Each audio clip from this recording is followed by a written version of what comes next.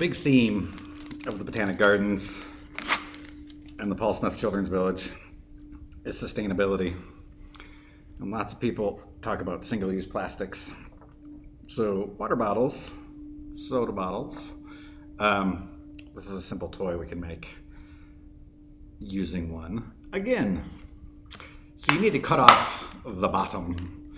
It's easiest to do if you've already removed the cap that keeps the liquid in the bottle.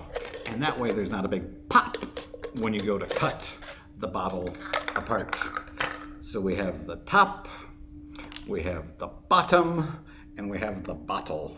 When we have the bottle cut apart, then we need to cut two V-shaped cuts along the side of the bottle. And this is going to become our mouth.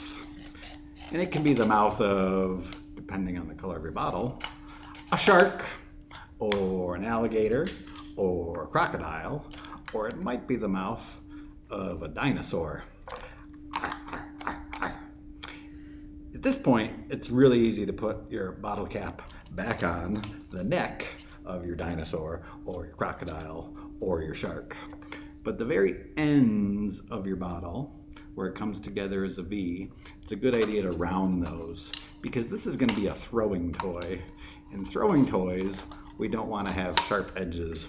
We want to have curves with those bottles.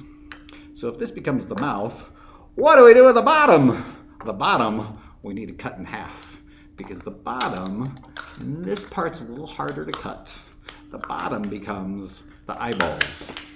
Most people have 2 eyeballs, and so we need to have 2 eyeballs for our bottle. The bottom of the bottle has 5 eyeballs though, and these eyeballs are going to get placed at the end of our bottle, and then it can start to look at us with its eyes, with a little bit of paint or with a little bit of marker. It becomes the head of an alligator or the head of a crocodile. What becomes fun with this is then you can place a ball in the mouth of the alligator or the crocodile, and then you can use it as a throwing toy. The world's fastest sport is called Highlight, and they use woven baskets and balls to throw them around an enclosed gymnasium. We're just using what was single-use plastics into twice-use plastics, and then you can try to play catch with those. You can drop it on the table and then try to scoop it up. You can throw it at anybody else who's in the room.